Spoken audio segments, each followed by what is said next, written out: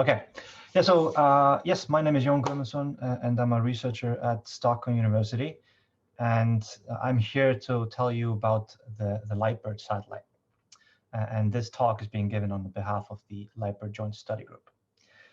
LiteBIRD is a new strategic L-class mission funded by the Japanese Space Agency, an all-sky surveyor of the CMB polarization. What I'm showing here on the left are three different realizations of the design as it progresses through time. This is the most recent version.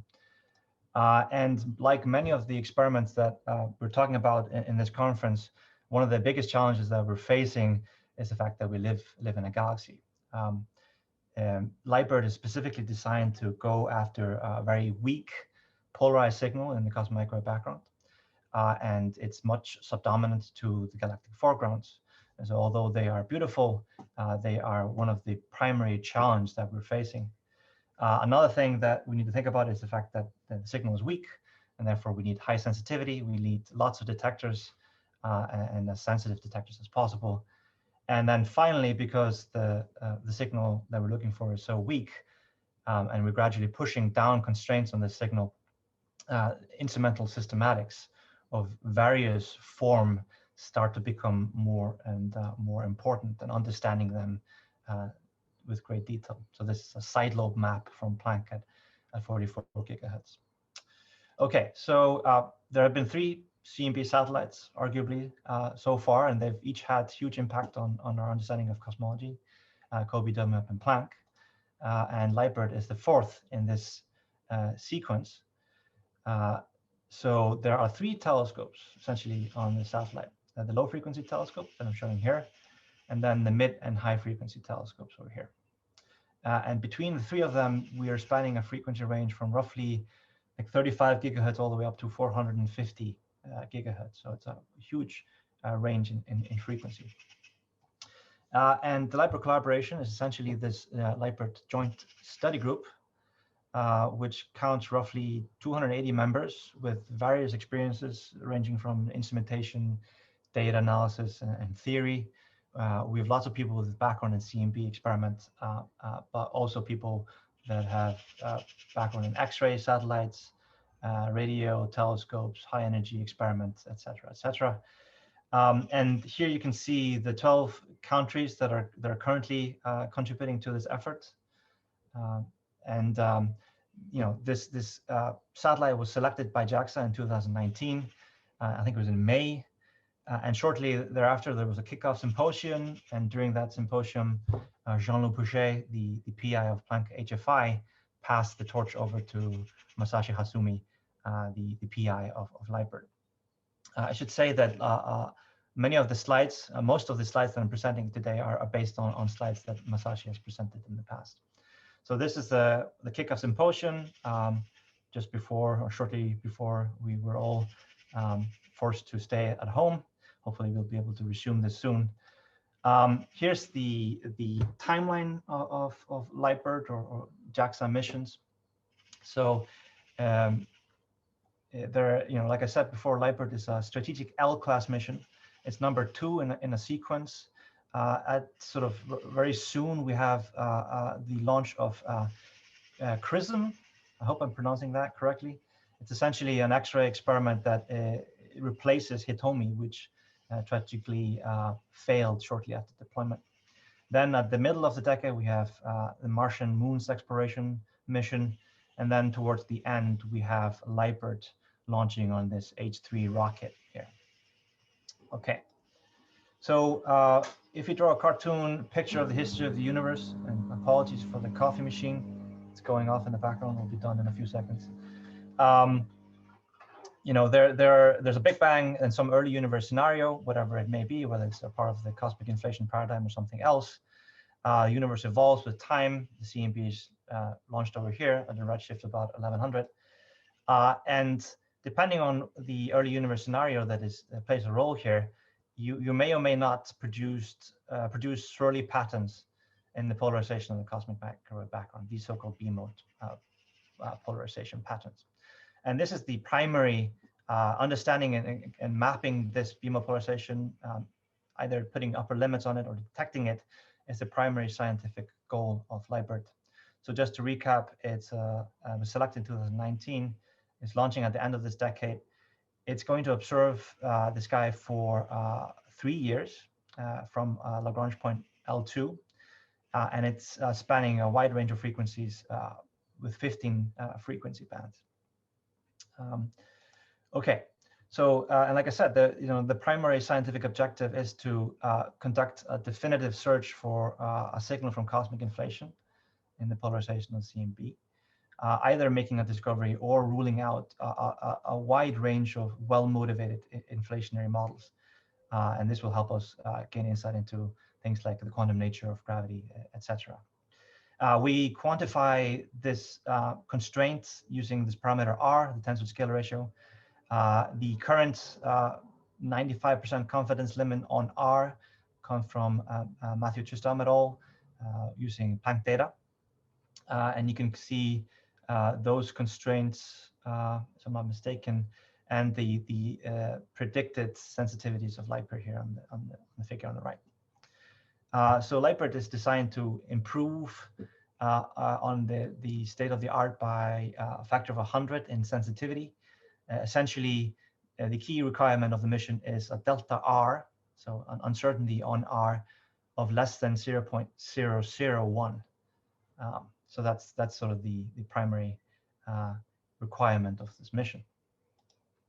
Okay, now this is incredibly ambitious and well-motivated science endeavor, as most of you are aware of. Direct evidence for inflation, probing the energy scale of the very high energies, and potentially providing first evidence for quantum fluctuations of spacetime. There's a report that was written in 2015 called the Weiss Report.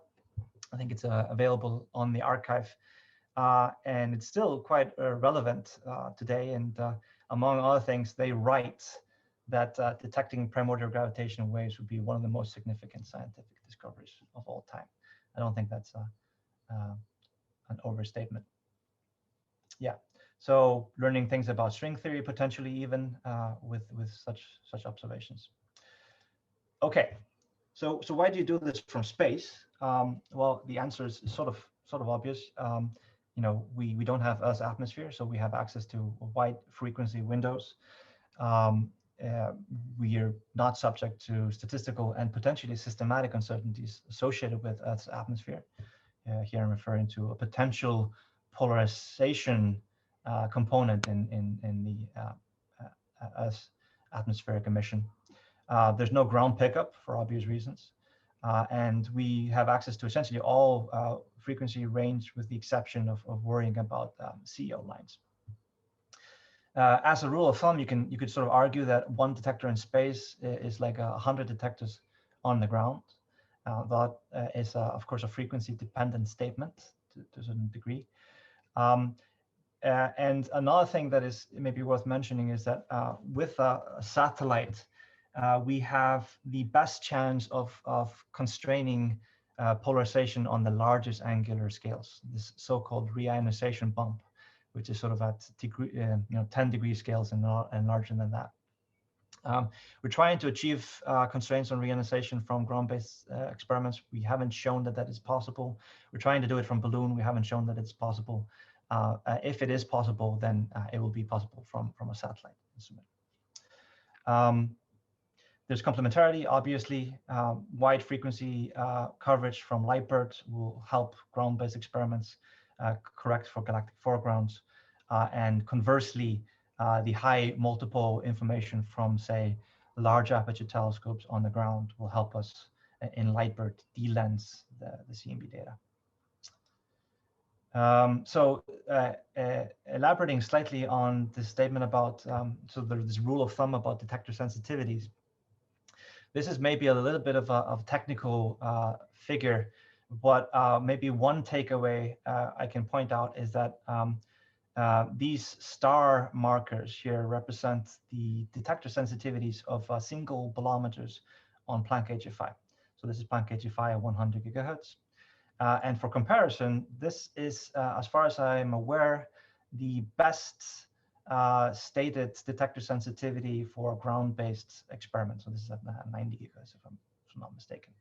And so the fact that there's roughly 50 versus 250 is a ratio of about 5 means that for this frequency, a satellite detector is 25 times more sensitive, or more. It provides 25 times more mapping speed than a ground-based detector. And obviously, this gets a satellite payload will be more and more competitive, especially at these higher frequencies where Earth's atmosphere gets less transparent. Right. Okay. So so that's this slide. So in terms of the scan strategy for LiteBIRD, it's essentially a spinning top scan strategy, which can be quantified with a few parameters. Alpha and beta here are the precision angle and the spin angle. And then the spin period is 20 minutes, and the precession period is 3.2 hours. And when you gradually sum up the hits and make a hits map, you can see sort of going from one precession to 1 day to 1 week, 1 month, and eventually 1 full year. So in 1 full year, you'll scan the entire sky and produce pretty uniform coverage maps of the sky with good cross-linking. And like I said before, the baseline goal is to have 3 years of observations. Okay, so in terms of the spacecraft overview, it's a 2.5 ton payload, subject to change. The power consumption is estimated at 3 kilowatts, and the data downlink is roughly 18 gigabytes per day using this high gain, I think, G-band antenna. The frequency range, as I said before, 35 to 450 gigahertz, spanning 15 frequency bands. And there are 3 telescopes, LFT, MFT, HFT, you can see them here. And these will be passively cooled through these so-called V grooves, which take the temperature from 160 here on the outside down to 30 Kelvin on the inside. And then these, within this system, there will be active coolers, which eventually cool the focal planes down to 100 millikelvin. 3 key features which are common to all 3 telescopes are the following. We'll be using transition edge sensors, so bolometers. We'll be using polarization modulators for all 3 telescopes. And all 3 telescopes, the focal planes will be cooled down to 100 millikelvin. Okay, so moving on to LFT, the low frequency telescope. So it is a cross-Dragoni design. So I guess it's similar in that regards to Quiet, if I remember correctly. So aluminum mirrors, you can see here, which will be cooled down to 5 Kelvin. With a diffraction limited field of view of 18 by 9 degrees and really impressive Strel ratios across the entire field of view.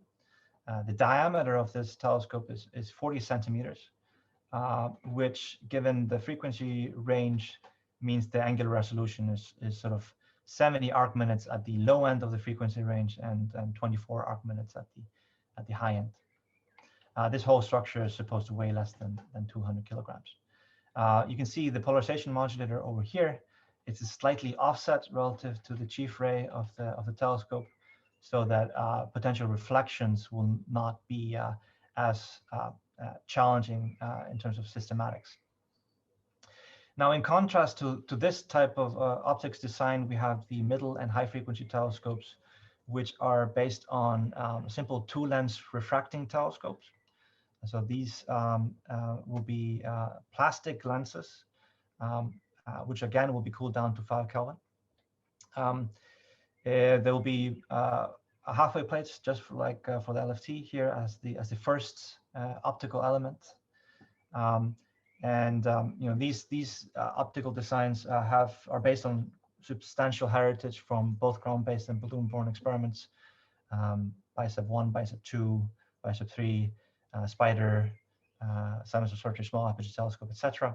So one of the key components of these telescopes is the fact that the spatial response or the beams are relatively symmetric. So that helps from the point of view of worrying about optical systematics, unlike the cross-Tigroni design.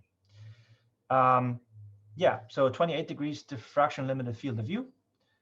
This is the 30 centimeter aperture over here, and a 20 centimeter aperture over here. You need smaller apertures as you go up in frequency. Right. So the detector technologies for these three telescopes are all transition at sensors, but for LFT and MFT, the plan is to use lenslet coupled sinuous antennas. These technologies you see here, but for HFT, the plan is to use horn coupled detectors. So these are images from NIST. If we focus in on the focal planes, you can see here how we plan to distribute the frequencies and the detector tiles across the focal plane. So LFT shown here with the longest wavelength, lowest frequency here in red, and the highest frequency in blue. These are trichroic detectors, as you can sort of see. And then for MFT, we have 7 detector tiles, 3 detector tiles that are trichroic, going from 100 to 195 gigahertz, and then 2 or 4 detector tiles that are dichroic. So that means 2 colors, 120 and 166 gigahertz. And then for HFT, we have dichroic, and then a single color here for the highest frequency band. When you take all of this together and you calculate the sensitivity, as a function of frequency, and try to estimate the total polarization sensitivity of this experiment, the estimate is roughly 2 microkelvin arc minutes, and that is folding in realistic detector yields and duty cycles. So that's the estimated sensitivity of LiteBIRD. Okay. So like I said before, we'll be using polarization modulation units, a PMU or a half wave plate. And the idea essentially is, as Yuji pointed out in the previous talk, to essentially take the polarized signal that we care about and remove it from a potential 1/f noise from thermal variations or electrical variations in our system. This is the unpolarized signal. When you spin a half-wave plate continuously, the polarized component gets modulated at 4 times the spin frequency. And then when you demodulate, you bring the signal and the polarized signal to this frequency. And you can sort of essentially get around potential 1/f noise this way. Then there's a whole literature on half-wave plates, the technologies associated with half-wave plates, systematics, potential systematics, and how to analyze data.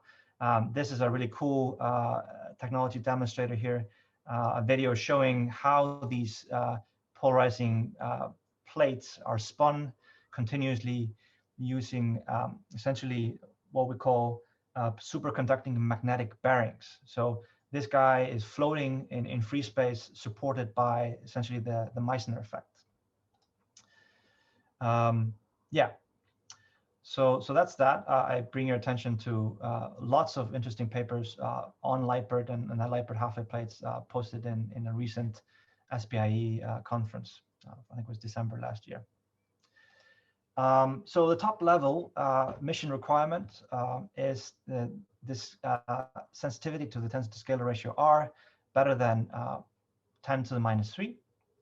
And this statement is made in the presence of statistical noise from the instrument, instrument systematics, residual foregrounds, lensing B modes, etc. If the tensor to scalar ratio is larger than 0.01, it's also true to say that we should be able to measure both the reionization bump, this thing over here, and the recombination bump at 5 sigma confidence with the proposed instrument. So that's the top level mission requirement. You know, in some sense, there's like one key science goal of this satellite, but there are certainly lots of other interesting science questions that come from such a mission. Some of them are listed here below. For example, you can learn more about potential cosmic birefringence, which is an interesting topic right now. And then to conclude, let me just show this list of some of the questions that the Cosmoglobe organizer posted. What is unique about the experiment?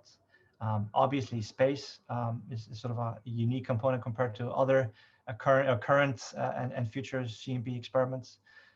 It's an incredibly wide frequency coverage, but conversely, the angular resolution is quite low, and will be the first satellite experiment to deploy a continuously spinning half-wave plate. So that invites interesting analysis challenges.